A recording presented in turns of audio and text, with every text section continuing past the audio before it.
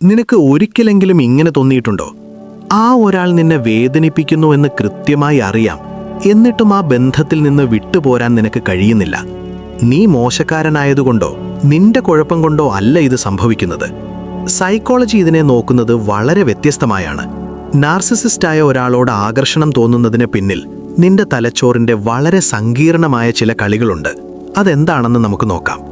1. Trauma bonding, വേദനയും സ്നേഹവും. ഇതിന്റെ ഏറ്റവും വലിയ കാരണം ട്രോമ ബോണ്ടിംഗ് ആണ്. വേദനയും സ്നേഹവും ഒരേ സമയം അനുഭവപ്പെടുമ്പോൾ നിന്റെ തലച്ചോറ് ആ ബന്ധത്തെ വളരെ ആഴത്തിൽ പതിപ്പിക്കുന്നു. നാർസിസിസ്റ്റ് നിന്നെ ഒരു നേരം വാനോളം ഉയർത്തും, അടുത്ത നേരം പാതാളത്തിൽ താഴ്ത്തും. ഈ പെട്ടെന്നുള്ള ഉയർച്ച താഴ്ചകൾ തലച്ചോറിൽ വലിയൊരു ഡോപ്പമിൻ റഷ് ഉണ്ടാക്കുന്നു.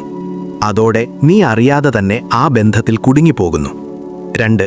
ചൈൽഡ്ഹുഡ് ഇമോഷണൽ നെഗ്ലക്റ്റ്, കുട്ടിക്കാലത്തെ മുറിവുകൾ. ഈ പോയിന്റ് നിന്നെ ഞെട്ടിച്ചേക്കാം.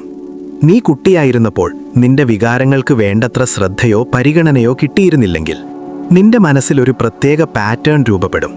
ആ പഴയ മുറിവുണങ്ങാൻ നാർസിസിസ്റ്റ് തരുന്ന ഇടയ്ക്കിടെയുള്ള ചെറിയൊരു സ്നേഹം പോലും നിനക്ക് വലിയൊരു കാര്യമായി തോന്നും. ആ അപ്രൂവൽ തേടിയാണ് നീ ഈ ബന്ധത്തിലേക്ക് വീണ്ടും പോകുന്നത്. 3.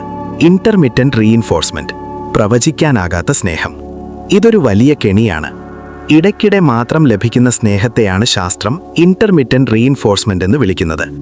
എപ്പോൾ സ്നേഹം കിട്ടും, എപ്പോൾ തണുത്ത അവഗണന കിട്ടുമെന്ന് പറയാൻ പറ്റില്ല.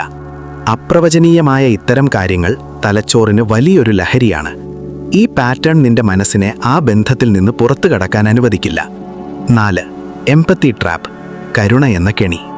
നീ അമിതമായി മറ്റുള്ളവരെ മനസ്സിലാക്കുന്നയാളാണെങ്കിൽ നിന്നെ തേടി നാർസിസിസ്റ്റ് എളുപ്പത്തിൽ വരും. ആദ്യം അവർ വളരെ ദുർബലരായി അഭിനയിക്കും. നിന്റെ കരുണയെ അവർ ട്രിഗർ ചെയ്യും. നീ അവരെ ശരിയാക്കാൻ ശ്രമിക്കും. അതാണ് യഥാർത്ഥ കെണി. 5. ഫെമിലിയാരിറ്റി ബയാസ്, പഴയത് സുരക്ഷിതം. ഇതൊരു സൂക്ഷ്മമായ കാരണമാണ്. ചെറുപ്പത്തിൽ നീ അനുഭവിച്ച വൈകാരിക പാറ്റേണുകളെ നിന്റെ തലച്ചോറ് സുരക്ഷിതമെന്ന് കരുതും. അതെത്ര വലിയ കുഴപ്പങ്ങൾ നിറഞ്ഞതാണെങ്കിലും നിന്റെ മനസ്സിന് അതിനെ വീട് പോലെ തോന്നും. അതുകൊണ്ടാണ് നാർസിസിസ്റ്റ് ഉണ്ടാക്കുന്ന ഈ പ്രശ്നങ്ങളെ നിനക്ക് പരിചിതമായ ഒന്നായി തോന്നുന്നത്. ഇത് നിന്റെ ബലഹീനതയല്ല. നിന്റെ ചരിത്രം, നിന്റെ ബ്രെയിൻ കെമിസ്ട്രി, നിന്റെ കരുണ, ഇവയെല്ലാം കൂടി ഉണ്ടാക്കിയ ഒരു പാറ്റേൺ മാത്രമാണിത്. ഈ പാറ്റേൺ അറിഞ്ഞാൽ നിനക്കത് മാറ്റാം. ഈ കാര്യങ്ങൾ നിനക്ക് റിലേറ്റബിൾ ആണെങ്കിൽ ഒന്ന് ലൈക്ക് ചെയ്യൂ. ഇത്തരം സാഹചര്യങ്ങളിലൂടെ കടന്നുപോകുന്ന നിനക്കറിയാവുന്ന ആർക്കെങ്കിലും ഇത് ഷെയർ ചെയ്യൂ. നിന്റെ മനസ്സിനെക്കുറിച്ച് ഇനിയും സത്യങ്ങൾ പഠിക്കാൻ ഈ ചാനൽ സബ്സ്ക്രൈബ് ചെയ്യൂ. നമുക്കിനിയും സംസാരിക്കാം.